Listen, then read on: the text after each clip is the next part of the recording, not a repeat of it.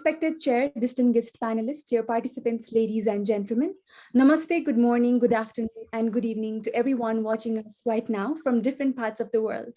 Welcome to the webinar hosted by Center for Diplomacy and Development. This webinar is supported by Neman, Cover Hub, and Kitab Yatra. Center for Diplomacy and Development is a think tank on the track to diplomacy established for imparting training, holding seminars, workshops, hosting talk programs, undertaking research studies, creating forums, contributing to promote mutual understanding between foreign community and Nepali community. The topic of today's webinar is Nepal and emerging challenges in foreign policy. Today, we have dynamic and experienced personalities in the speakers panel. And it is my privilege to be moderating this webinar. I, Purnima Subedi, on behalf of CDD, would like to extend a very warm welcome to everyone, respected panelists and the participants. Now, before we start, as a moderator, I would like to mention a few rules and code of conduct for the seminar. All our speakers are made co-host, which allows you to mute and unmute yourself whenever you wish to speak and share your slides or record the live webinar. Each speaker will be given 15 minutes for a presentation. Kindly stick to the time frame.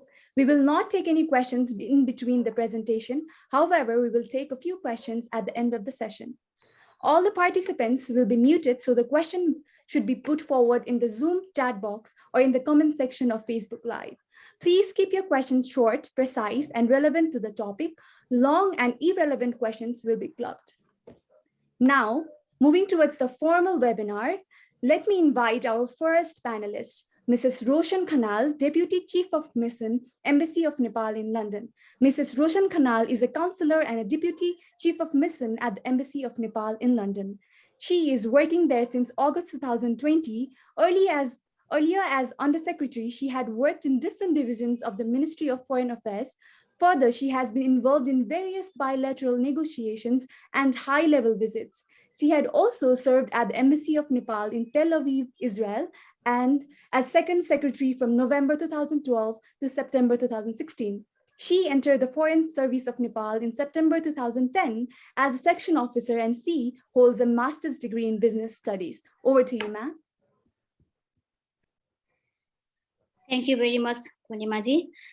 Chair of the program and the Vice President of Center for Diplomacy and Development, Mr. Mitra Bandhu Paudel, President of Center for Diplomacy and Development, Ambassador Mohan Krishna Sreshta, President of ICSDD, Dr. Rajendra Bahadur Sreshta, former ambassadors Prahlad Kumar Prasai and Mr. Hari Kumar Sreshta sir, and I'm saying my respected senior sir here, distinguished ladies and gentlemen attending this virtual conference. A very good afternoon and namaste.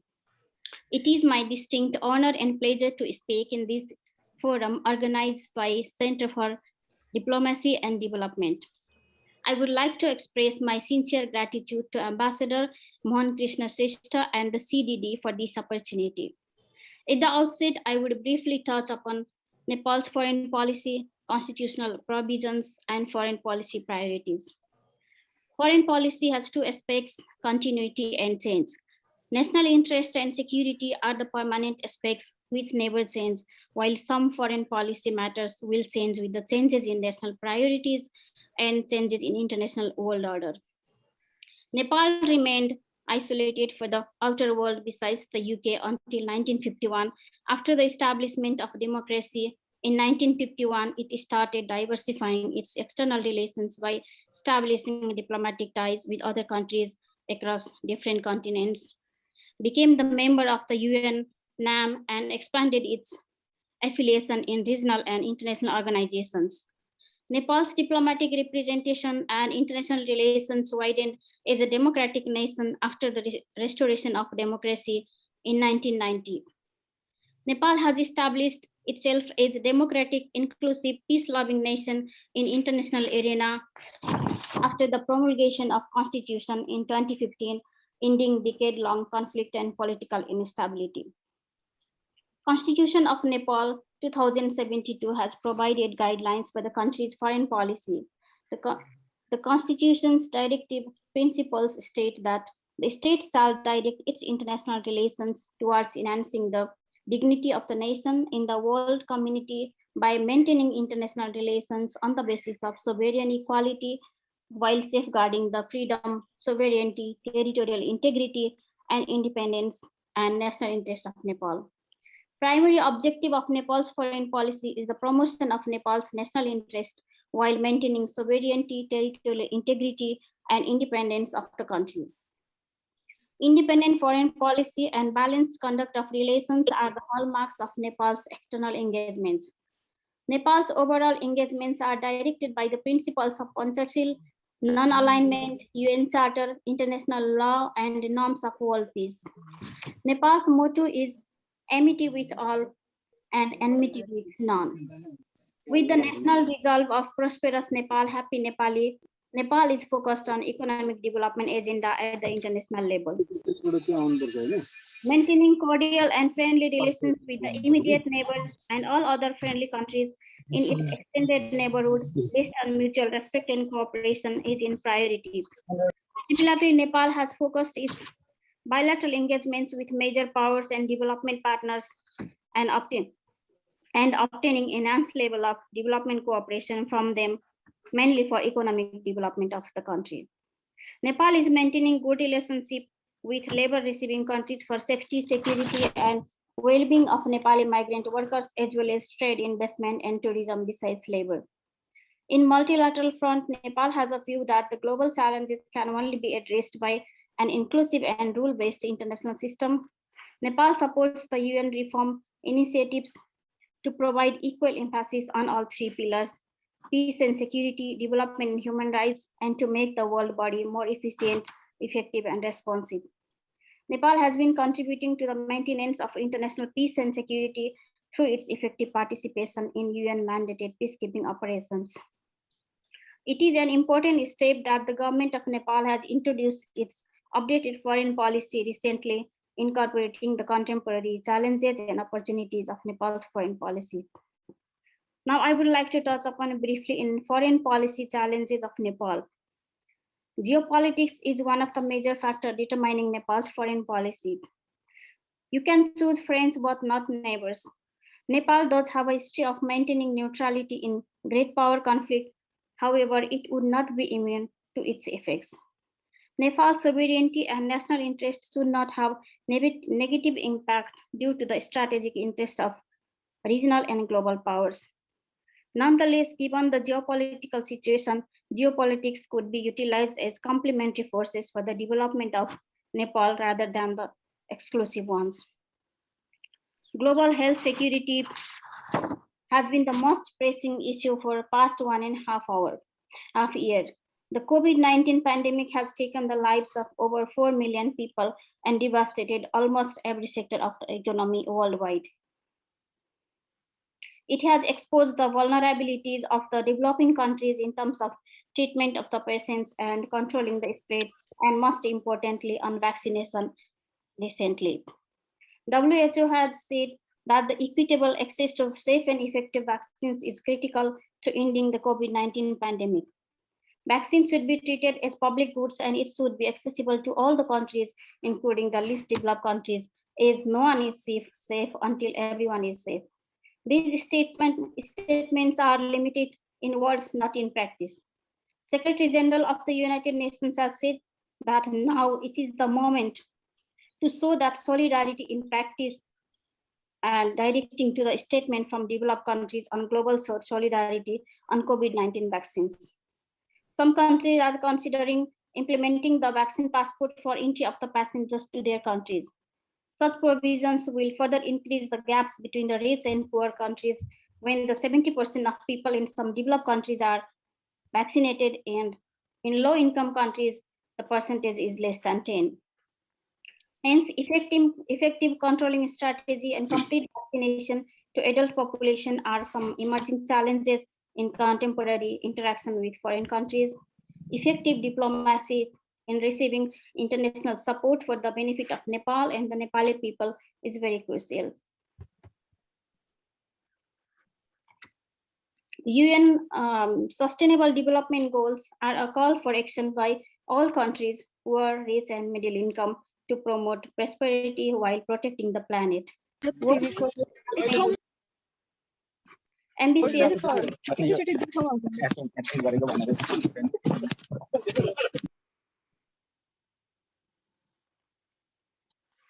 Nepal has been successful in implementing some goals of SDGs, yet securing enough financial resources remains a major challenge with developing countries, including Nepal. Moreover, overall development has been affected by COVID-19 pandemic, creating additional problems in achieving the SDGs target. Hence, garnering financial resources for implementation of those ambitious goals is one of the challenges. The digital revolution has also changed the basic environment in which governments operate, requiring increasing level of cross-border interdependence and connectivity. In Nepal context, cybersecurity has to be recognized as one of the key challenges in protecting our national interest and security. Appropriate legal and institutional arrangements are to be made in order to address cyber threats and for the defense of cyber attacks. Emergence of the social media has made diplomacy more challenging than ever.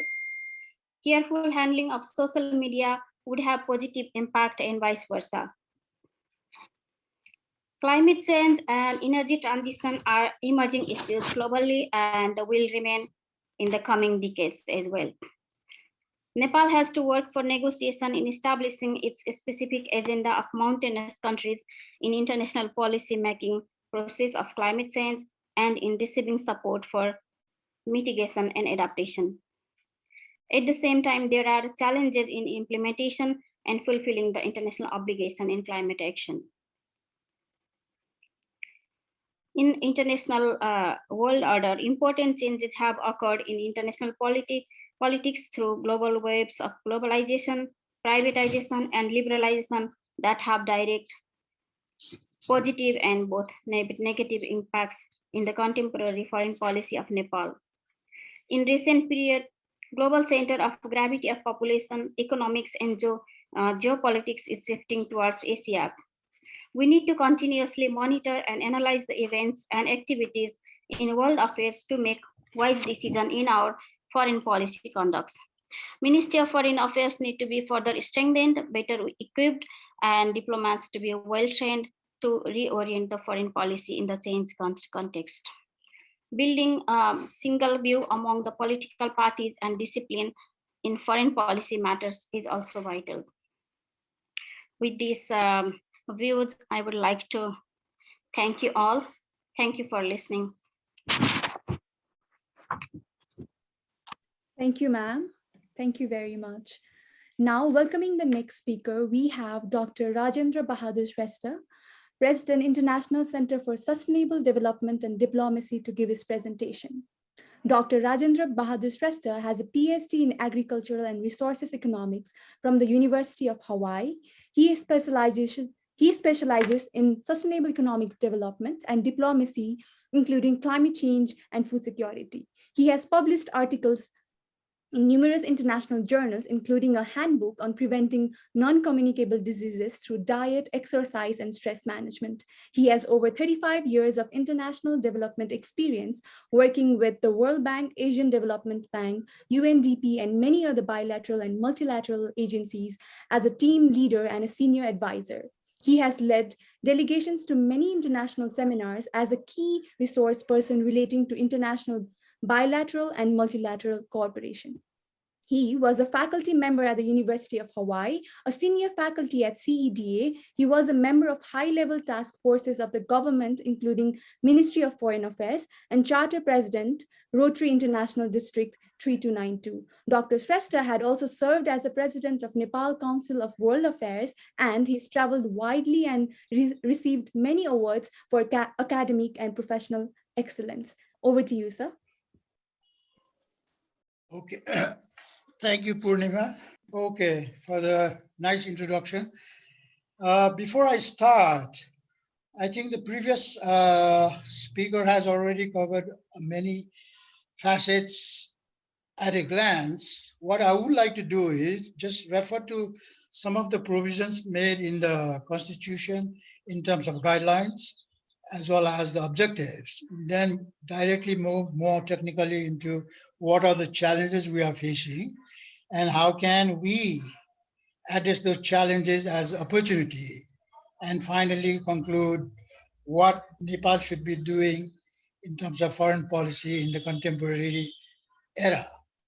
To start with, like the guiding principles that in our new constitution has already mentioned, our FP should be respecting mutual respect for each other's territorial integrity and sovereignty, non-interference in each other's internal matters, respect to mutual equality, non-aggression, and the peaceful settlement of disputes, and then cooperation for mutual benefit.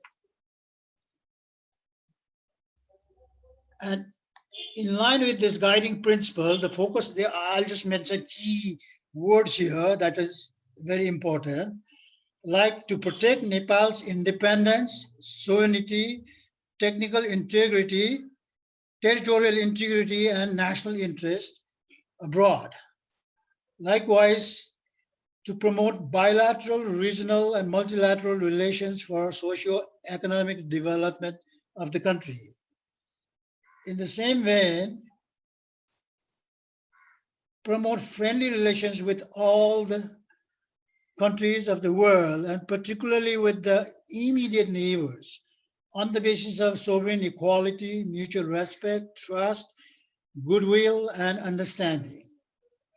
Also, to play an active role in the United Nations and other international organizations in order to promote international peace, security, and development, and to play a positive and meaningful role in the non-aligned movement in the challenge or in the change context now, in the present, as well as to play an active role in promoting regional cooperation in South Asia under the SAARC, which is right now in a kind of a coma, to act as the country's first point of contact for the outside world and also serve as window to the world, and to play an increasingly active role in the conduct of Nepal's economic diplomacy is the key word. And I would prefer to say more economic development diplomacy in a sustainable way, thereby promoting our trade, investment, economic cooperation, tourism, development, etc. So in line with this, we have to, like we are seeing in the last 2-3 decades, there has been a shift from one of geopolitical security and stability concerns among the nations of the world to more of the economic and social security concerns. So that's where my presentation will be focusing on. Realization of economic interdependence between nations and relations based on mutually beneficial win-win situation are becoming the new norm. The major challenges that we are facing right now is, I think we should analyze it at 3 levels. One at the policy level, another at the program level, and then at the institutional level, institutions that are relevant for this. In that context, like I've tried to highlight some of the key issues that face us as a challenge. That is lack of consensus first on issues of national interest among the political leaders. And this could be because we don't have a national policy as such, like national development policy that guides our security issues, that our foreign relations, and so on and so forth. That's one issue that needs to be addressed. Another is we have a lot of partisan politics going on and conflicting interest of the leaders in response to international and regional issues, which has tarnished our national image in recent years, actually. As a result, Nepal does not seem to have an effective foreign policy that is coherent up-to-date, comprehensive, pragmatic, and flexible enough to protect our national interests. Likewise, I would suggest directly some of the reforms that needs to be addressed in our FPE, and that includes focusing on economic development rather than conventional diplomacy that has become more urgent now. Like same way, at the same time, I think we are still lagging on application of tact, negotiation skills, and intelligence in promoting development, trade, and investment that constitute an integral part of economic diplomacy. At the same time, attracting foreign direct investment, I think, like I was part of this high-level task force which reviewed the contemporary foreign policy issues in a total context for the first time, I think, and it has provided some recommendations after reviewing and evaluating all these aspects, the policy, the programs, and as well as the institutional issues, and suggested we should be pivoting more now on China and India, attracting foreign direct investments from there, as well as other countries that are friendly and that has been friendly in the past, with a transfer of new technologies, skills, and managerial expertise in the areas of comparative advantages that Nepal enjoys, i.e., the hydropower infrastructure, for example, agroforestry and based industries, tourism. So the challenges, as part of challenges that we are facing, another is lack of consensus, as I said again, on issues of national interest among the political leaders. The suggestions we have is to address these challenges. There is a need for MOFA, the government's relevant institution, to engage in various issues of bilateral and multilateral relation is a must. MOFA and its diplomatic missions abroad seems to lack a clear sense of direction on this. They are often ignored and not equipped to deal with newly emerging foreign policy issues, as mentioned earlier too. This has resulted in confusion over the country's foreign policy choices and priorities. Lack of timely efforts towards institutional strengthening of MOFA and missions abroad in terms of qualified staffing. So I would suggest at the policy level, first, the MOFA should be accorded among the most important portfolio of the government, headed by a senior minister, maybe second to the prime minister, as in many countries, so that MOFA can perform its agendas more effectively. Another area that needs to be addressed is MOFA needs to be provided with necessary resources to enable to coordinate with other closely related ministries such as finance, especially the International Cooperation Division, Industry, Commerce, and etc.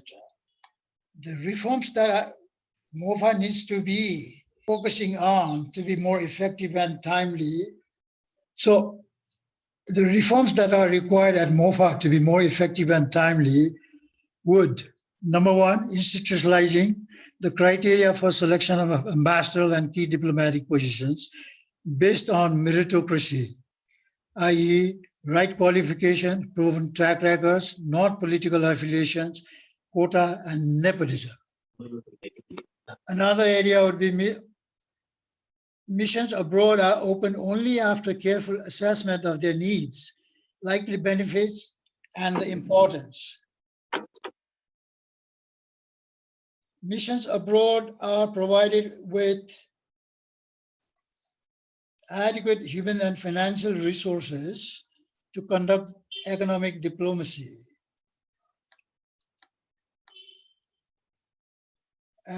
Capacity at the institution of Foreign Affairs, IFA, needs to be strengthened to provide necessary.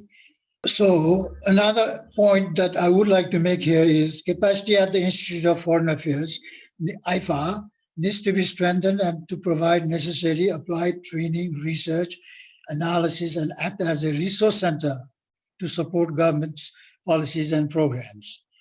And another area that needs more Ministry of Foreign Affairs to seek timely support from think tanks like Nepal Council of World Affairs, Department of International Relations, TU, and host of other like-minded institutions at the non-governmental as well as private sectors. And we can learn from both China and India have successful because the government values the contribution and support from think tanks like that. Nepal cannot miss this opportunity. So as an opportunity, I think Nepal enjoys being in terms of its geophysical and location, Nepal enjoys lots of opportunity being a neighbor, the next door neighbor to two of the fastest and largest growing economies, and their policies that has been put forward, like for example, India's neighborhood first policy.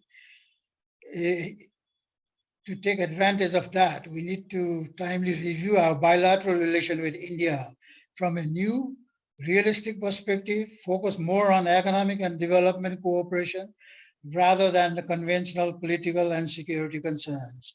And the EPG report that was submitted some time back needs to be effectively implemented on this, which is not happening, lack of our diplomatic augment at the political level. Another one, Nepal's effort diversifying its trade and transit access that started earlier to improve connectivity and exploring alternative supplies of essential goods and services for new avenues of bilateral economic cooperation with China.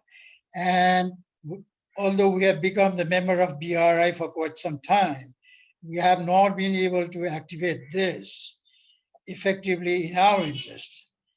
So Nepal's effectiveness of Nepal's foreign policy, I would suggest, pivots on how it navigates in response to neighborhood first policies of both China and India, so-called equidistance or the balanced approach of the present may not yield desired results in Nepal's interest. In this connection, Nepal should be able to benefit from China's push for infrastructure development within its border, the Go West policy that has started, policy with India's implementation of East or Act East policies. So in this connection, China's building of BCIM and others would be a platform Nepal could be enjoying to benefit from. Another point that would need to be highlighted is, in order to benefit from high economic growth of India and China, Nepal should work towards preparing for the country's role as a land bridge between India and China by proposing Trans-Himalayan Economic Corridor. I was one of the early advocates of this, and we have not been able to make much dent on this.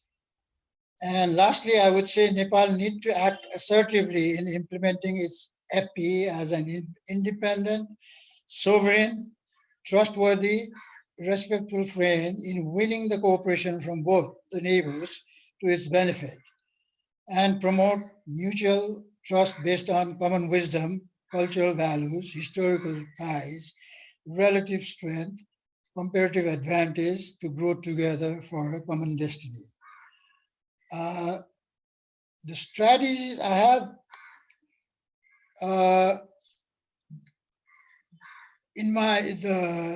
the strategies that Nepal needs to undertake presently to take advantage of all these would actually focus on its geopolitical strategic position warrants current, I would say, country-specific treaties, MOFA and overseas mission needs to have a clear understanding of the interdependence of economic, political, and social issues, and the linkages between state and non-state players in the international symposiums. Likewise, institutional preparedness of coordination, multilateral and regional engagements, technology transfer, sectoral promotion, investment promotion, intensification of tourism promotion, labor diplomacy, foreign assistance, partnership with private sector, business-friendly missions, networking, monitoring, and evaluation. The details of these are, if there is somebody interested, the details of all this strategy and operational procedures are in my larger article that has just been published by IFA, Journal of Foreign Affairs, and you can refer to that.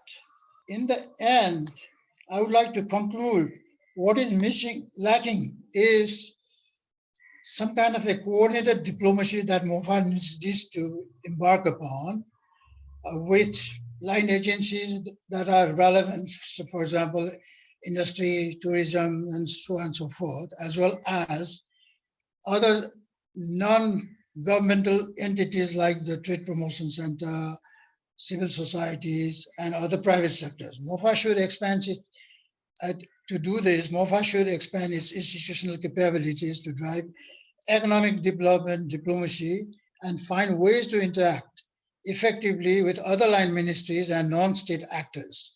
Success to a large extent will depend on new skills, capability, and versatility of staff engaged in the conduct of economic diplomacy. MOFA should be built at least as competent as its South Asian counterparts to benefit in the interest of Nepal. So I think with this, I will stop here, and I would definitely like to interact more if there is any specific questions on this. Thank you, and bye for now. Thank you, sir. Thank you for enlightening us. Now, may I invite Mr. Mohan Krishna Shrestha, former ambassador of Nepal to France, founder president of CDD, to give his presentation. Mr. Shrestha, a senior diplomat of Nepal with 31 years experience in practical diplomacy, he had served in Nepalese embassies in Bangkok, Tokyo, Abu Dhabi in different diplomatic capacities and eventually as a resident. Ambassador to France, he has also served as a non-resident ambassador of Nepal to Greece, Monaco, Portugal, and Spain. He was also appointed as a permanent delegate of Nepal to UNESCO in Paris. Mr. Shrestha has traveled to 74 countries in 7 continents, and he has penned a book titled Kutniti Ma Tin Dasak. He is a multilinguist speaking several languages. Over to you, sir. Thank you, Purnima, for moderating. Namaste, good evening, and good morning. Respected chair, eminent fellow panelists, former ambassadors, friends, and well-wishers, distinguished audience at home and abroad.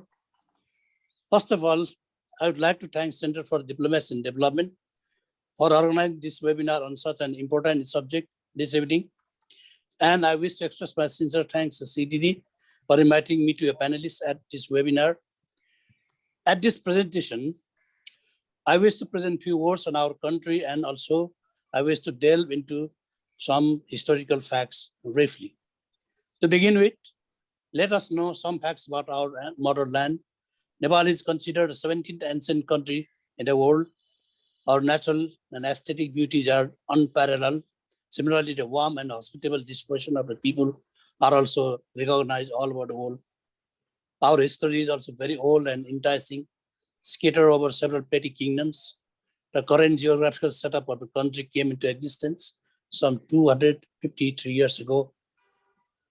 It was late great King Prithviraj Shah, whose vision and valor was instrumental to unify the petty kingdoms into one single state in 1769 AD. Since then, the modern history of country also began. By judging his words, we can assume that late great king was an astute ruler, Even in those days also, he had a sense of geographical and security importance of the country. King said that Nepal is like a yam between two boulders, meaning that a weak yam can be crossed by giant stones anytime. He therefore advised the government and people always to remain vigilant, and his visions and wisdoms are very noteworthy and useful even for today. Distinguished audience, I have divided my presentation into three parts, and those are: number one, evolution of Nepal's foreign policy; two, main characteristics of Nepal's foreign policy after she joined the United Nations in 1955 and non-aligned movement; number three, emerging challenges and opportunities of our foreign policy. In view of the short time, I will make my presentation as brief as possible, but without losing any main points. If there are 8 other opportunities organized by the CDD in future on the subject, we could have even bigger presentations and exchanges of thoughts on such important issue. Now let me present the evolving process of our foreign policy of Nepal since the country's unification. These are broadly 6 periods. There are broadly 6 periods. Period 1, Great King Prithman Shah winning all small kingdoms and finally Kathmandu Valley through war unified the country in 1769-80. Barely after 6 years, he died in 1775. King Prithvi understood the strategic position of Nepal and portrayed the country as a yam between two boulders. He, through his Dibya Uttar Pradesh, urged all the people to be vigilant from machinations of the big countries. Period 2 starts from 1806. Prime Minister Premchand Thapa exercised strong political and military power. He was opposed French and anti-British. He invited French military advisors to train military personnel. He made an ignominious 1837 by suicide, falling victim to machinations. Period 3 begins from 1846, following the seizure of power by Jangabahadur Rana for court massacre. He formally established Rana's succession rules. Rana rule lasted for 104 years and ultimately ended in 1950 following the popular democratic movement. Autocratic Rana, almost all Rana rulers were pro-British. In 1857, Jangabahadur even sent troops to aid British rulers to cross Chapai Mutiny, and he was successful to get back 5 lost districts in the west. And period 4 is the most important period, which starts from 1951, following the successful democratic movement. King Mahendra becomes absolute ruler and introduces partyless panchayat system of government. However, this ended in 1990 following the popular democratic movement. Far-reaching activities were undertaken during this period. Some of the key actions during this period in foreign policy issues were on September 1st, 1953, Nepal joined UNESCO. On 14 December 1955, Nepal joined the United Nations and gradually other specialized agencies like WHO, UNICEF, WIPO, etc. Nepal participated in the Bandung Conference in 1955, precursor to the formation of non-aligned movement. Nepal also participated in the first summit of NAM, held in Belgrade in 1961, established diplomatic relations with many countries, including Israel. Exchange of high-level bridges took place between Nepal and Japan, UK, USA. Establishment of South Asian Association of Regional Cooperation, SAARC, in 1985.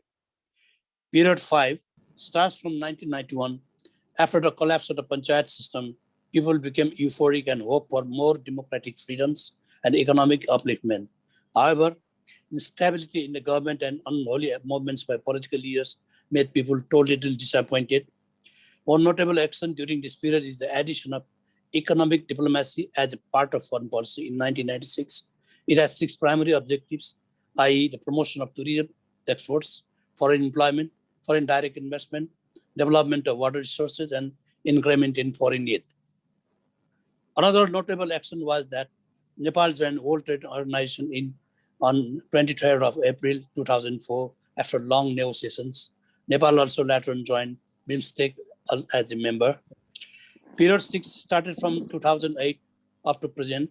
Most notable action was the abolition of monarchy and establishment of the country as a republic. In September 2015, new constitution was promulgated after years of protection. Now, my earlier speakers also have highlighted, but even though as I want to present something about the main characteristics of our foreign policy. Those are mutual respect for each other's territorial integrity and sovereignty, non-interference in each other's internal affairs, respect for mutual equality, non-aggression and peaceful settlement of disputes, cooperation in mutual benefit, abiding faith in the Charter of the United Nations, value of world peace. Now I turn to part 4.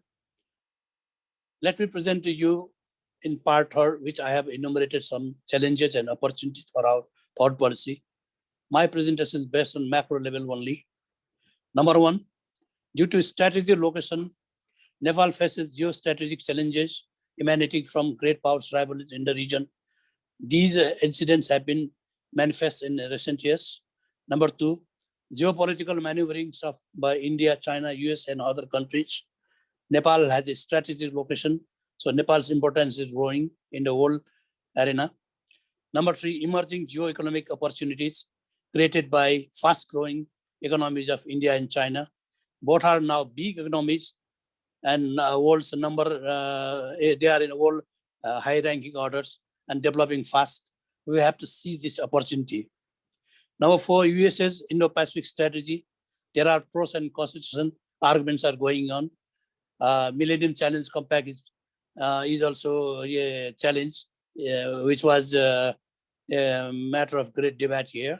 And I think just yesterday I attended one program from USA about this, and the director of the Millennium Challenge account was present there. I also asked some questions for clarification. He gave to me, and I was not fully convinced, but I will try to gain more lucid explanations about that later on.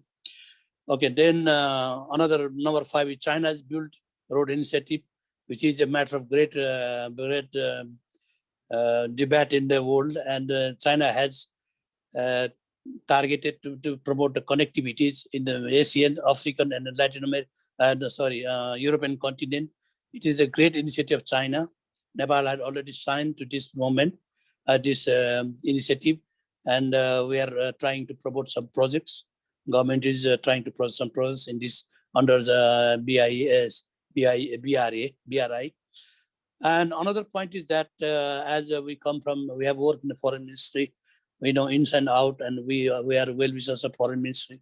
We think we have to advise, we have to give some suggestions for the betterment of the ministry.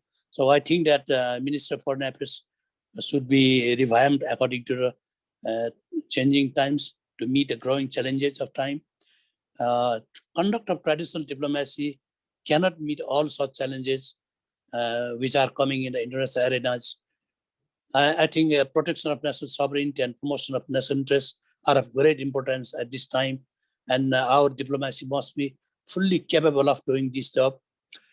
And next point is we have to induct excellent career diplomats in great numbers and promote meritocracy and appoint qualified ambassadors with strong backgrounds who can promote our national interests on the world map. Such career diplomats should be inducted through very, very competitive exams. We can learn something from other countries, how they promote, how they appoint, how they induct career diplomats, and we can apply some of their ideas in our country's case also. And another point is expansion of diplomatic relations and bilateral relations. This is going on, but we must promote the establishment of such our embassies in after very thorough studies and in a viable countries where we can promote our national interest. So far, Nepal has established diplomatic relations with 171 countries. The last country was Sierra Leone, a small country of West Africa. And now only 23 countries are left according to United Nations membership. So Nepal will be establishing diplomatic relations with almost all countries of the world within the next few years, I hope.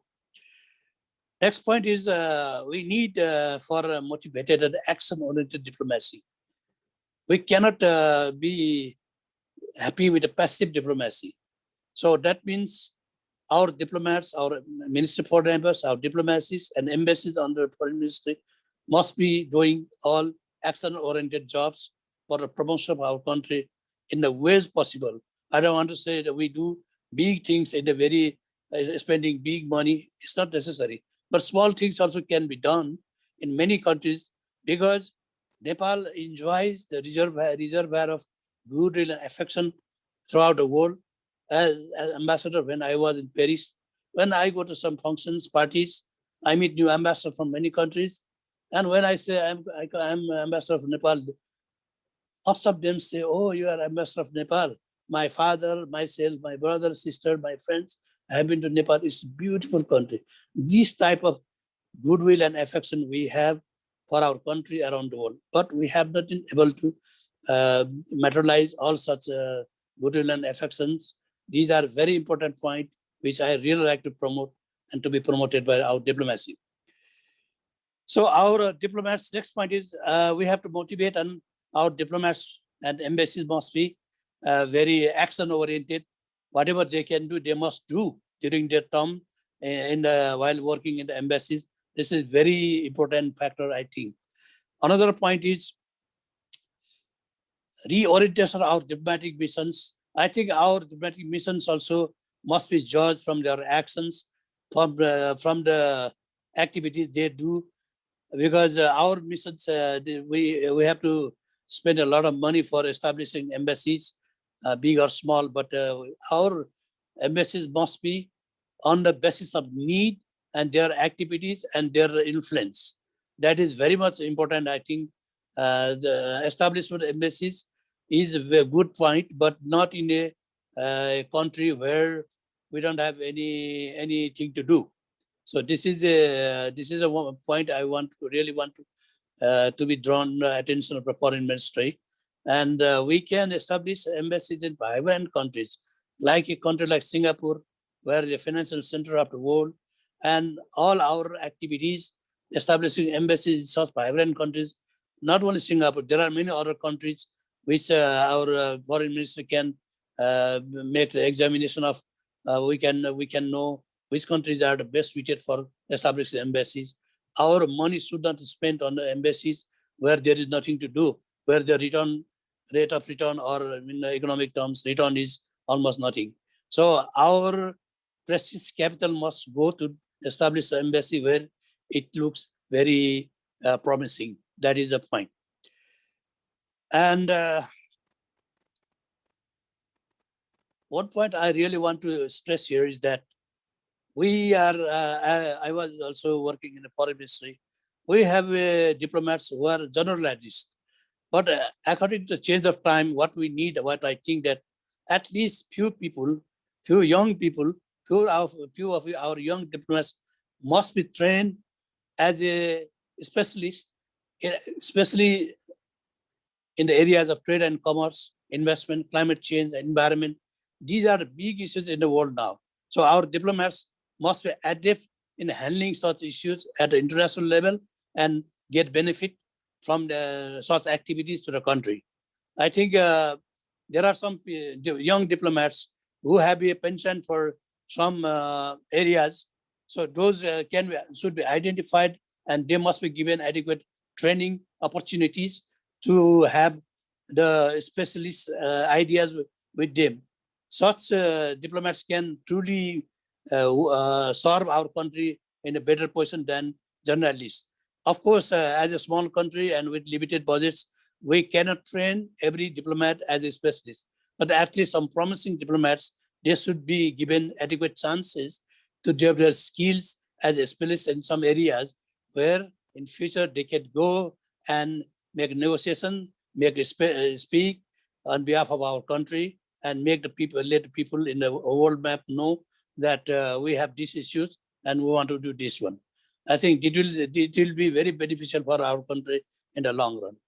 Another point is we have economic diplomacy since 1996, but it's all 6 objectives are really good, really noteworthy, and it is according to time change of time. But we really need an effective implementation of this economic diplomacy, because economic diplomacy, not only Nepal, even a country like France they have adopted, country like Korea they have adopted, because this economic diplomacy is very much intertwined with real diplomacy. In many countries like Korea and Australia, Trade Department is attached with the Foreign Ministry. Why they do like that? Because trade must be supported by diplomacy. Diplomacy and trade can go hand in hand. So let's have a good view about it, how we can do. Of course, we have Trade Promotion Center, we have the Minister of Commerce, of course, government institutions are there. But in my experience, they hardly support. They have any means to support embassies. I tried very well to get some support from Trade Promotion Center and other institutions, but nothing came out because there is a big difference in talking and doing. So I have the feeling that if trade is attached with diplomacy, then it can go together and do something good for the country. And another important point is capitalization of our comparative and competitive advantage areas. We can identify several areas where we have a comparative and competitive advantage. Nepal is in such position. Of course, we cannot produce very high value goods, but at least some traditional goods and some other new goods, new produces have competitive and comparative advantage. We must promote this in this very fierce competitive market in the world. Countries which can use such comparative and competitive advantages, they can really benefit from international business mechanisms. And another point is we must promote more engagement with the United Nations and specialized agencies. We can get more support from them, cooperation from them, because Nepal has a very good image. And another point is we must increase the role in our peacekeeping operations. Nepal is in the third place. We have contributed more than 1 lakh professional soldiers and policemen to the peacekeeping operations. And Nepal is in the third position in troops contribution. Our troops have served in many troubled parts of the world, and they have distinguished themselves in these peacekeeping operations. So this is one point where the name of Nepal can be enhanced in the international arena. Another point is, now I think everybody know we have some unresolved border issues with India and China. Border issues must not remain unresolved because it must be resolved according to the proofs, and government must pursue a very thorough strategy to solve these problems very amicably, because both our neighbors are very, very important for us. So we must try to solve all the border issues with both countries, so we can remain very peaceful. And also there is another point which I want to state here, that time and again now Bhutanese refugee problem, almost third country settlement has brought to the numbers in small numbers. There are also sometimes Rohingyas coming here and other immigrants also coming here. These are very grave issues. These are very important issues. We must tackle these issues because these issues are related with our foreign countries, and there must be very pragmatic policies to deal with these issues. And another point is that we must, Nepal as a member in the international community, we must have the capacity to seize the opportunities for gainful opportunities. Just last week, this I'm saying why, because just last week, our Afghan invited European ambassador, EU ambassador, and she said that EU has offered many benefits to Nepal, like non-quota, non-tariff, and etc. But we have not been able to utilize all such opportunities. So we are in a total loss. But while our immediate neighbor Bangladesh has seized such opportunities to the maximum extent, so it is a very good point, good suggestion Her Excellency Ambassador gave to us, and it is in a very friendly gesture. So we must have capacity to use and seize the opportunities for the sake of country, because many countries offer such facilities to the developing countries who are very weak and very vulnerable. So we must have a capacity development program to see such opportunities in coming days. Now, another issue is problems of climate change and environmental issues. This is really the biggest issue in present time, because President Biden, soon after taking over as president of the United States, he announced that he joined Paris climate change process, which was left by former president. He knew that this climate change is a very big issue, very important issue. So we must also know these problems very intimately. Climate change and environmental issues affects every country in the world. And this is the biggest challenge, in my opinion, also. So we must have good policies and good people to tackle these issues. Now, another important issue that there are many cases of cyber attacks, terrorist attacks, criminal activities, including money laundering. FATF is working on such money laundering cases. I also participated in many meetings of FATF regarding this issue. These are very issues. So we have institutional mechanisms to fight with these scourges, but we must enhance our capacity as new cases are coming and new people are emerging to thwart the peace and harmony of the people among the around the world. So we must develop more adept capacities in this regard also. And also now this is a good point that Foreign Minister has established a desk to dealing with the NRN diaspora people, and this brain gain also. This is good for our national development. The people who are working abroad in so many countries, how many, 7 to 8 million people, they have resources, they have technology, they have manpower, they have good thoughts, which we can use, we can for our national development.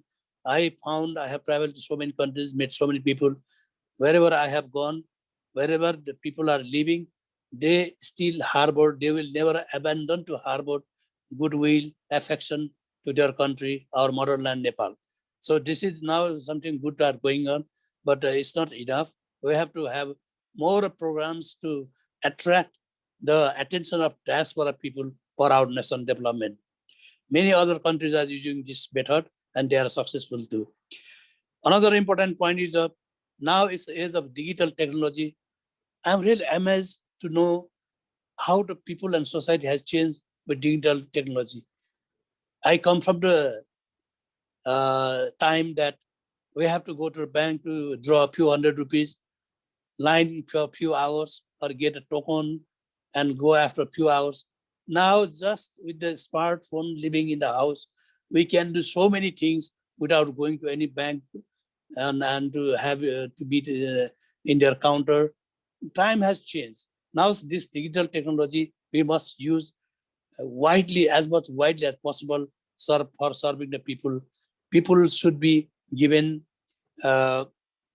exemption from queuing and going to office, this and that. I think I see a lot of changes are coming through digital technology, and it's not enough. More and more digital technology, latest knowledge should be adopted as a part of our foreign policy, and people around the world can be given service and protection. And also Nepal is going on with SDB goals. We will be graduating soon from the least developed country to middle income country by a few years. Now we have Corona pandemic, it has really made a big pandemic in our society and around the world. We must have vaccines. Just this morning, I heard in the news that some vaccines are coming, which is pleasing for everybody. But in the international side, there is always competition for this and that. So we must maintain good relations with all the countries, bonhomie with all the countries, friendship with all the countries, especially those countries which have wherewithal, where is that capacity to help for countries like us. In this respect, we need a very effective diplomacy. Our diplomats must commingle with diplomats from other countries in the host countries, and this kind of thing will really help. Diplomacy at the personal level are very much important. To my knowledge, I have mentioned in my book also how personal diplomacy helps real national diplomacy. Now, in the last, I want to tell something about our soft powers, which we really need to promote in the world. Like we have Mount Everest, the highest peak in the world, at 8,848 meters, and another 250 high peaks, Himalayan peaks above 6,000 meters, and countless other peaks above 4,000 meters. Lumbini, the sacred birthplace of Lord Buddha. This is our very attractive soft possess. There are 1.5 billion Buddhists, I heard, and we must promote Buddhism. One of my act, which I really love, that I brought the idea of giving a statue of Lord Buddha with Lumbini in the front to UNESCO to commemorate the 60th anniversary between the Nepal and UNESCO. After a few years delay, it was finally installed on 22nd of June 2015 in the headquarters of UNESCO, where thousands of people from students, president, prime ministers come and go. And I thought they will have a very blessing from Lord Buddha, and they will also know where actually Lord Buddha was born. It is Lumbini of Nepal, nowhere else. So for that purpose also, it came to my mind, and I'm very happy that it has materialized. Another is our living Kumari, the living goddess, which is a very unique system. And it is also a very attraction for the foreigners. We have very strong power. We have 11 World Heritage Sites identified by UNESCO. This can be promoted. There are 7 World Heritage Sites alone in Kathmandu Valley. We have a lot of historical and religious temples, monasteries, shrines, and we have many intangible and intangible heritages in food, music, dress, festival, which attracts our foreigners, international friends. We have natural beauties, pristine lakes, serene valleys and gurgling rivers, rich biodiversity, varied flora and fauna, diverse ethnicity, culture, religions, diverse in the people's way of life, and lastly, our warm and friendly disposition of people is well recognized, well known in the world. With these few words, I would like to say thank you to all of you for your kind attention. Thank you, sir. Thank you for enlightening us with the information you shared. Definitely, sir, there are so many areas where our country, Nepal, can work and develop a pragmatic foreign policy. Now we are moving towards the second half of the webinar, where the floor is open for questions. We will take a few questions directed to the panelists. We have 3 panelists, so we'll 1 question per panelist. All the participants' mic will be muted, so the question should be put forward in the Zoom chat box or in the comment section of Facebook Live. The floor is open. You can write your questions in the chat box.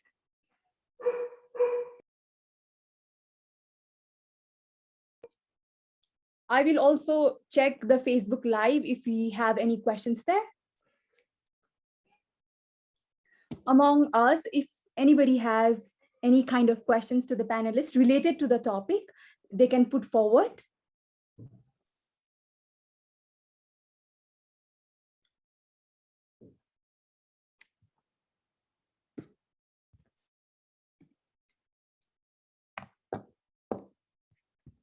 We are patiently waiting for questions. ल अब नमस्ते नमस्ते, म हरिराम कोइराला। मैले अब सानो एउटा question भने नि, सजेसन भने नि सरहरुको अगाडि मैले राखेँ मोहन सरकै प्रस्तुतिमा, है त सर? मोहन सर, अब हाम्रो एम्बेसडर नियुक्ति हुनलाई एसएलसी पास नभए नि हुने भयो, अब के गर्ने? यति मात्रै मेरो कुरा छ। यति मात्रै क्वेसन त भन्नुभयो, यति गहन त क्वेसन कसैले सुनेकै छैन मैले विचारमा। यसको लागि सचिवलाई धेरै धेरै धन्यवाद। अब हामी पनि छक्क परिरहेका छौँ।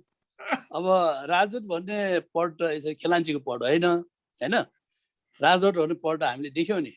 भूतपूर्व उपराष्ट्रपतिदेखि लिएर प्राइम मिनिस्टरदेखि लिएर परराष्ट्र मन्त्रीदेखि लिएर ठुल्ठुला चाहिँ नि 20, 25, 30, 35 वर्ष काम गरेका डिप्लोमेटहरूले खाने पद हो। अब हाम्रो देशको वातावरण अर्कै छ। अब मलाई लाग्छ त्यस्तो नहोला। अब म कसैलाई उ भन्न सक्दिनँ, तर बेसिक क्वालिफिकेसन त सरकारले निर्धारण गरेको छ। त्यति त हुनैपर्छ मेरो विचारमा कुनै पनि मान्छेको राजदूतलाई मलाई लाग्छ त्यो नै सबभन्दा ठुलो देशको लागि राम्रो काम हुनेछ धन्यवाद Thank you, Hariram sir, for your question. Thank you, Mohan sir, for answering the question. Now we have Sugat Konsakar sir, who has raised his hand to ask the question. You can ask the question. मेरो प्रश्न हाम्रो मोहन कृष्ण सरलाई नै हो अहिले हाम्रो परराष्ट्रको नीतिको कुरा गर्दाखेरि मलाई लागेको मुलुकको लागि चाहिँ सबभन्दा चासोको विषय अरू कन्ट्री त छँदैछ अब अरू कन्ट्रीसँगको रिलेसन यताउता चाहिँ त अब अलिकति यो सेरेमोनियल खालको नै बढी हुन जान्छ तर सबभन्दा महत्त्वपूर्ण हाम्रो रिलेसन चाहिँ चीन र भारतसँग कसरी मिलाउने भनेर अब चीन र भारतको जसले जे भने पनि अलिअलि उहाँ त्यो दुईटा मुलुकको बिचमा चाहिँ अलि टकराव छँदैछ हैन उहाँहरू खास चाहिँ उनीहरूको सम्बन्ध राम्रो छैन र हामी बिचमा बसिरहेका छौँ र अब धेरैले भन्ने गरे चाहिँ यो मलाई पनि अचम्म लाग्छ हैन मलाई त्यतिको विश्वास त छैन नेपाल विकास नभएकै नेपालले हामीले प्रगति गर्न नसकेकै एउटा कारण चाहिँ छिमेकी राष्ट्रहरू हो अथवा राष्ट्र भनौँ न भारतको कारण भन्ने चाहिँ धेरैले भनिरहेको हुन्छ हैन अब यो परराष्ट्र नीति र हाम्रो चाहिँ आर्थिक प्रगति हैन अथवा चाहिँ प्रोस्पेरिटी अब त्यो चाहिँ कसरी चाहिँ जोड्ने हैन त्योभन्दा पनि महत्त्वपूर्ण चाहिँ हामीले संसारकै सबभन्दा चाहिँ बढी जनसङ्ख्या भएको चाहिँ दुईटा मुलुक चाहिँ दायाँ बायाँ छ हैन त्यस्तो भास्ट मार्केट हैन हामीले चाहिँ जे चाहिँ सलाई बेचेदेखि जुनसुकै बेचे पनि त्यहाँ चाहिँ त मालामाल हुने हैन मार्केटको हिसाबले त्यसको पनि हामीले फाइदा लिन सकेन हैन अर्को अब चीन हैन चीनले त्यो पृथ्वीको अर्को भागमा गएर त्यहाँ दक्षिण अमेरिकासम्म हेल्प गरिरहेछ खरबौँ डलर दिएर हैन अरबौँ खरब डलर अफ्रिकामा त्यतिकै चाहिँ उनीहरूले खर्च गरिरहेछ हैन उनीहरू चाहिँ अरबौँ डलरको चाहिँ सहायता ऋण भन्नु कि अब चाहिँ अनुदान भन्ने अनि छिमेकी नेपालमा चाहिँ अब हामी कहाँ चाहिँ त्यति स्केलमा चाहिँ आएन हामी कहाँ हैन आउनुपर्ने जति हैन त्यो नआएको कारण चाहिँ अब के होला हैन सायद चाहिँ त्यो इन्डिया रिसाउँछ भनेर हो कि अथवा चाहिँ हामीले नै दिन नचाहे हो कि हैन त्यसले यो सबै चाहिँ हाम्रो चाहिँ यो अर्थतन्त्र नै दुईटा मुलुकको परराष्ट्र नीतिसँग जोडिया जस्तो चाहिँ हुन गयो अब त्यो चाहिँ च्यालेन्ज चाहिँ अब यो कसरी चाहिँ मिलाउनु त हो परराष्ट्र मन्त्रालयको त मलाई लाग्यो त 90% समय चाहिँ त इन्डिया र भारतलाई दिनुपर्छ जस्तो लाग्यो यो यसमा चाहिँ मोहन कृष्ण सरको धारणा के हो हस् सुगतजी धन्यवाद तपाईँलाई एकदमै चोटिलो प्रश्न सोध्नुभयो अब सबैले थाहा पनि छ नि अब यो अरू जे चेन्ज गरे पनि छिमेकी चेन्ज गर्न सकिने भन्ने अब हामी भौगोलिक रूपमा चाहिँ नि दुईटा अघि पनि भने पृथ्वीनारायण शाहको पालोदेखि नै एउटा याम बिट्विन टु बोर्डर्स भनेको छ अब सबभन्दा हामी एउटा उहाँहरूको तुलनामा हामी सानो हरेक कुरामा साइजमा पपुलेसनमा रिसोर्सेसमा क्यापेसिटीमा सानो मुलुक हौँ त्यस कारण हाम्रो लागि सबभन्दा बेस्ट पोलिसी के हुन्छ भने दुवैलाई नचिराउने हाम्रो स्वतन्त्र नीति हुनुपर्छ मेरो विचारमा मलाई त्यसो लाग्छ हामीले कहिले उसलाई रिसाउने उसलाई खुसाउने कहिले उसलाई खुसाउने कसले रिसाउने त्यस्तो पोलिसीले हाम्रो राष्ट्रलाई काम लाग्दैन हामीले एउटा यस्तो पोलिसी बनाउनु पर्छ पोलिसी त छँदै छ नि असलमा परराष्ट्र नीति त्यही पोलिसी त हो नि हामीले त्यसलाई एकदमै लागू गर्नुपर्छ र त्यसको लागि हामी फाइनेन्सियली क्यापेबल हुनुपर्छ जहिले पनि पैसा ल्याएर लगानी गर भनेर पनि हुँदैन पैसा लगानी त त्यसै आउँछ हाम्रो नीति नियमहरू हाम्रो वातावरण राम्रो भएको अवस्थामा हामीले खोज्दै जानु पर्दैन यो कुरा मैले आफ्नो लेखहरूमा पनि भनेको छु वास्तवमा कहाँ लगानी गर्ने भने पैसा भएको मान्छेहरू खोजेरै हिँड्दो रहेछ क्या यस्तो पनि छ र एउटा तपाईँलाई अर्को चाहिँ नि एउटा कोरियाले फ्रान्समा इन्भेस्टमेन्ट एम्बेसडर भनेर एकजना फ्रेन्चलाई नियुक्ति गराएर रहेछ क्या अब के तलब दिएर कस्तो आइडिया मैले त्यो बेलामा परराष्ट्र मन्त्रालयमा सेयर गरेको थिएँ हामीले जम्मै कुरा आफूले एम्बेसी एस्टाब्लिस गर्नुपर्छ हुने छैन यस्तो पनि राजदूत नियुक्ति हुँदो रहेछ भनेर लेखेको थिएँ त्यो कसरी भन्ने उहाँले चाहिँ नि त्यो फ्रेन्चले चाहिँ नि कोरियाकोमा इन्भेस्टमेन्ट बढाउनलाई अब के गर्नुपर्छ त्यहाँ काम गर्ने भनेर त्यस्तो खालको पनि छ है अब त्यस्तो अब हामीलाई अब तपाईँको प्रश्नको जवाफमा के भने हामी दुवै छिमेकी मुलुकसँग एकदमै राम्रो सम्बन्ध राख्दै आएकै छौँ, राम्रै छ। अब कहिलेकाहीँ ठुल्ठुलो मित्र राष्ट्रहरूको सम्बन्ध कहिलेकाहीँ सानोतिनो उतार चढाव हुने त्यो त सामान्य हो, फेरि समयको प्रभावमा त्यो भइहाल्छ। हामीले पहिला त दुवै छिमेकी मुलुकसँग राम्रो सम्बन्ध राख्नै पर्छ, बिहातिर सकिरहेको रहेछ। र त्यसको लागि हाम्रो इन्टरनल पोलिसी नै बलियो बनाउनु पर्छ। वेभरिङ होइन कि एउटा स्टेट फास्ट पोलिसी बनाउनु पर्छ। ठिक छ, तपाईँहरूको हाम्रो मिनिमम बेन्चमार्क यो हो, तपाईँहरूको सहयोग चाहिन्छ हामीलाई, ठिक छ आउनुहोस् सहयोग गरौँ, हाम्रो पोलिसिजहरू यो भनेर भन्नै पर्छ। अब यहाँ त चाहिँ नि हाम्रो फेरि कस्तो छ भने अलिकति यताउता भयो कि नै एउटा मार्का र एउटा चाहिँ नि त्यो ट्याग लगाइदिइहाल्ने यस्तो चलन छ नेपालमा। यो पनि ठिक होइन होइन, मान्छेले बुझेर गर्नुपर्ने कुराहरू। हामीलाई दुवै राष्ट्र उत्तिकै महत्त्वपूर्ण छ। उहाँहरूको राजनीतिक आर्थिक क्षमता हैसियत पोलिसीहरू पनि आफ्नै टालका छन्। नेपालको लागि मात्रै बनाएको पनि हुँदैन, नेपालसँग उहाँहरूले स्पेसल फेभर पनि गर्न सक्छ छिमेकीको रूपमा। अब तपाईँले भन्नुभयो उहाँहरूको चाइनिजको लगानी बिहारै अन्तर कहाँ कहाँ पुग्यो, हो नि त, कता कता अफ्रिकामा त अलमोस्ट उहाँहरूकै छ है। अब त्यो त आफ्नो उहाँहरूले सहयोग कनेक्टिभिटिज बढाउने भनेर बिहारै प्रोजेक्ट ल्याएको छ। त्यस्तै अब एमसिसी हाम्रो युएस गभर्मेन्टको डुबी सिनेटबाट पास भएर त्यो पनि आइसकेको छ। अब त्यो पनि झन्डै 59-60 देशमा लागू भइरहेको रहेछ। उहाँहरूले ठुलो राष्ट्रहरूले आफ्नो आर्थिक हैसियत अनुसार हामी निर्धन राष्ट्रहरूलाई आर्थिक विकास तथा गरिबी निवारणको लागि के गरौँ भन्ने सोचले उहाँहरूले सहयोग गरेको छ। अब त्यो सबैले चाहिँ नि कसैको फ्री डोनेसन सफ्ट लोन अथवा चाहिँ नि डोनेसनको रूपमा हुन्छ, कसैले सफ्ट लोनको रूपमा दिन्छ। त्यो लिने नलिने, कसरी लिने, कहाँबाट लिने, के आधारमा लिने, कति मिल्छ मिल्दैन, त्यो एउटा सरकारले निर्धारण गर्ने कुरा हो। र हामीले दुवै मित्र राष्ट्रलाई एकदमै रेस्पेक्टफुली व्यवहार गर्नुपर्छ। दुवै राष्ट्रसँग उहाँहरूको चाहिँ अन्डरस्ट्यान्डिङ हामीले गेन गरेर जानुपर्छ। दुवै राष्ट्रलाई हामीले कुनै हातमा छिराउनु हुँदैन र हाम्रो यस्तो पोलिसी अपनाउनु पर्छ जसले गर्दाखेरि यो नेपाल भन्ने देश त यस्तो पोलिसी अपनाएको देश हो, उहाँहरूसँग हामीले पनि राम्रै व्यवहार गर्नुपर्छ। यो अरू आर्म ट्विस्टिङ भन्छ नि इङ्ग्लिसमा, यस्तो व्यवहारबाट यो नेपालीलाई काम चल्दैन भन्ने impress Krishna sir has asked a very relevant question in the chat box. Why our diplomacy became less effective than the past? I would like to put this question forward to Dr. Rajendra sir, or we can hear you, sir. Okay. So मैले अहिले मेरो प्रेजेन्टेसनमा पनि चाहिँ highlight त गरेका थिएँ। यो कारणले basically चाहिँ नि अहिले इनइफेक्टिभ हुनु र चाहिँ नि इन्टरफेरेन्स स्पेशली अहिले पनि सुन्नुमा आएको छ।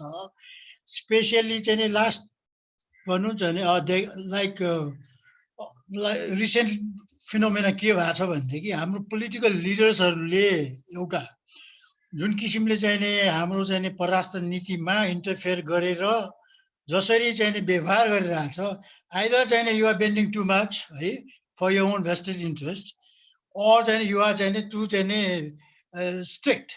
त्यो हिसाबले चाहिँ व्यवहार गर्दाखेरि पनि चाहिँ नि हाम्रो क्यापेसिटी के रहेछ भन्ने बुझ्ने क्षमता नहुनु र चाहिँ नि कन्सिस्टेन्सी नहुनु र चाहिँ नि रिलायबल नहुनु, यो कारण एउटा भयो। दोस्रो एट द इन्स्टिट्युसन लेभल र चाहिँ नि यो प्रोफेसनल लेभलमा पनि हाम्रो प्रोफेसनलिजम चाहिँ नि जुन चाहिँ नि कन्सर्न मिनिस्ट्री अहिले मैले रिपिटेडली धेरैचोटि पनि भने मोफामा त्यो लेभलको क्यापेसिटी डेभलप भएको देख्दिनँ है।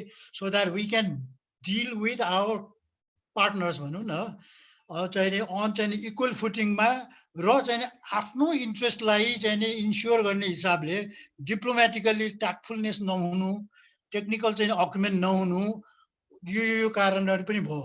थर्डमा चाहिँ नि बेसिकली चाहिँ नि अगेन अर्को चाहिँ नि एस्पेक्ट चाहिँ नि के भने रिसोर्स हामीसँग चाहिँ त्यो क्षमता नै भएन क्यापेसिटी बिल्ड गर्ने पार्टमा। न चाहिँ नि अब गभर्मेन्टको चाहिँ नि सबभन्दा ठुलो इभन दो चाहिँ नि there is a lack of चाहिँ resources human as well as material भए तापनि जुन partners from outside the government जो चाहिँ नि केपेबल छ प्रोफेसनली डिल गर्नलाई, लाइक मैले एक्जाम्पलको लागि टुरिज्मसँगै भने होइन, त्यस्तै अरू छ। यो अहिले स्पेसियली मल्टिल्याटरल इस्युजहरूमा त्यो क्षमता विकास नभएको हिसाबले र उहाँहरूसँग भएको त्यो रिसोर्सेस र चाहिँ नि टेक्निकल नो हाउलाई कोअर्डिनेट गर्न नसकेको हिसाबले चाहिँ नि इफेक्टिभनेस चाहिँ नि दिन प्रतिदिन घटिरहेको छ। सबभन्दा ठुलो चाहिँ नि मैले अघि भने अब पोलिटिकल लिडरसिपमा नै चाहिँ त्यो लेभलको चाहिँ We're नि running out of time. Sorry to interrupt, but can you please sum up it? Okay त्यो लेभलको चाहिँ नि हामीले चाहिँ नि टु स्ट्यान्ड एज अ चाहिँ नि पार्टनर जुन एउटा डोनर र चाहिँ रेसिपिएन्टको रिलेसनमा होइन कि एउटा इक्वल पार्टनर फर म्युचुअल बेनिफिट भनेर जुन चाहिँ नि चाइनाले त्यस्तरी एडभोकेट गरेको छ चाइनाले चाहिँ नि the way they are treating other small countries big countries on equal footing for win win भन्ने जुन चाहिँ कन्सेप्टलाई हामीले साँच्चै रियल सेन्समा मेटेरियलाइज गर्न सकिरहेको छैन बिकज अफ यो 3-4वटा चाहिँ मैले इस्यु जुन भने नि हो त्यो क्षमता नबढाएसम्म चाहिँ यही हुन्छ सबभन्दा चाहिँ ओभर आर्चिङ चाहिँ अगेन त्यही हो पोलिटिकल लिडरसिप चाहिँ नि फितलो हुने र चाहिँ आफ्नो भेस्टेड इन्ट्रेस्टलाई चाहिँ नि सपोर्ट गर्ने नाउँमा जे पनि गरिदिने है अगेन्स्ट द चाहिँ नि rules against the norms against the practices यो सबैमा गएपछि यस्तै खालको चाहिँ भोग छ which we could learn from अरू ठाउँमा जानै पर्दैन नजिकको छिमेकीहरू जसले चाहिँ नि यो लास्ट 10-15-20 इयर्समा जसरी प्रोग्रेस गरेको छ नि they are also facing more or less the same kind of problems. Still, they are doing better in terms of development, in terms of economic progress and all that. Thank you, sir. Thank you. Thank you very much. Since we have to be very mindful about time, we are running late. So I think we should move forward with the last section of the session. So we're moving towards since we're moving towards the end of the session, I would not take any more questions. So now I would like to invite Chair Mr. Mitrabandhu Paudel, Vice President of CDD and Principal of LACM, to conclude the webinar. Thank you, Purnima. First of all, I acknowledge the presence of panelists, starting with Ambassador Mon Krishna Shrestha, Founder, President, CDD, and former Ambassador to France. Similarly, Ms. Rosen Khanal, the DCM Embassy of Nepal, London. Dr. Rajendra Bahadur Shrestha, President, International Center for Sustainable Development and Diplomacy. Moderator, Purnima, and many former ambassadors I can see here, and also the promoters of Center for Diplomacy and Development, guests, ladies and gentlemen.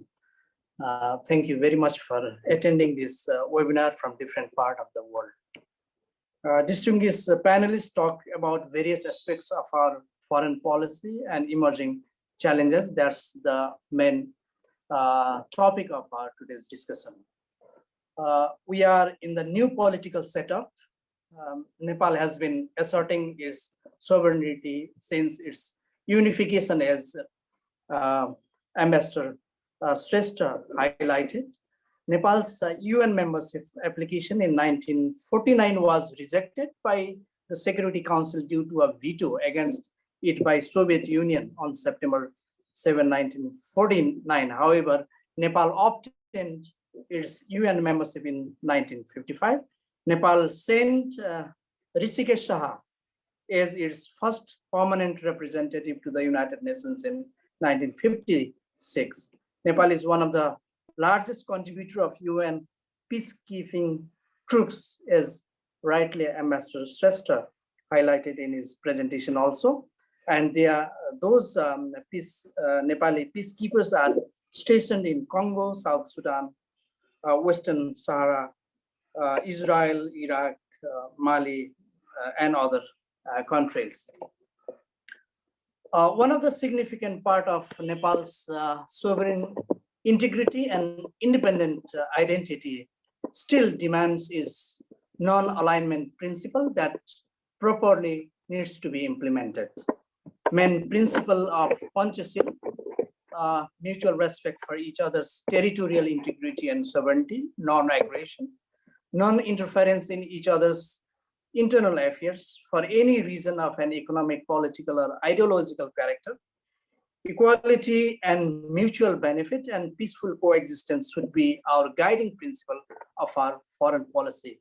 Is it being implemented at the moment?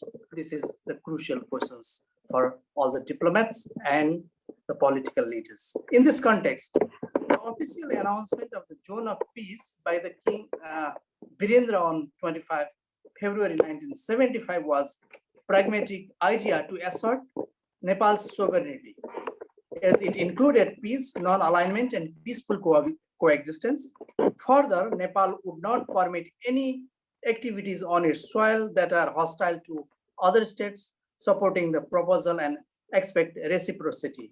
Similarly, Nepal will not enter into any military alliance with any other countries, among others. With these circumstances in retrospect, I believe that Nepal is a zone of peace proposed by the King Birendra was pragmatic, in my view. Over 130 nations supported the proposition. However, our immediate neighbor, India, did not support it. With the end of partyless panchayat system in 1990 and the royal massacre of 1st June 2001, and eventually exit of 239-year-old Hindu monarchy in 2008, the zone of peace proposal has stagnated at the moment, but it has to be revived. There are important issues raised in today's discussion. Foreign policy itself is a broad topic of discussion. Domestic affairs, behavior of other states plan to advance specific geopolitical designs very much influence the foreign policy. In my view, national interest should be the core essence of our foreign policy, which is safeguarded and promoted through our traditional values and overall national policies. This is not a last discussion on this topic. We'll continue providing our platforms for scholars and diplomats in the days to come also. DCM Madam Khanal highlighted two aspects of our foreign policy. As far as national interest and security are concerned, they are permanent, whereas national priorities and changes in international world order, make some changes. Similarly, Dr. Rajendra Badar Shrestha candidly expressed that on the issue of national interest, there is lack of consensus among the political leaders. Partisan politics and conflicting interest of leadership make the image, meaning Nepal's image, even worse. So, is necessary to attract the FDI from China and India, focusing our core competitive advantage in the areas like agroforestry, tourism, etc. was his recommendations. And he, in one point, he talks briefly about BCIM, that is the Bangladesh, China, India, Myanmar Economic Corridor. And it has to be implemented, but the fact is that since December 2013, this has not been implemented yet. And Ambassador Mohan Krishna Shrestha highlighted the glorious history of Nepal with the 6 various periods, and he focused that trade and commerce, as well as climate change. These are the areas that Nepalese young scholars or let's say diplomats should be specialized or reoriented, and there should be effective implementation of e-commerce. Economic diplomacy was also another recommendations from Ambassador Shrestha. So border dispute also it has to be resolved soon, because border issues is also the emotive issues. So it has to be resolved soon. That was his main point that he highlighted. Having said these things, I think this discussion webinar was very much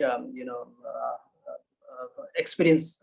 It's a learning experience for all of us, and I assure as a vice chair, president of CDD, in consultation with Monsur, we will again organize this kind of discussion in the days to come. Having said these things, I conclude my remarks and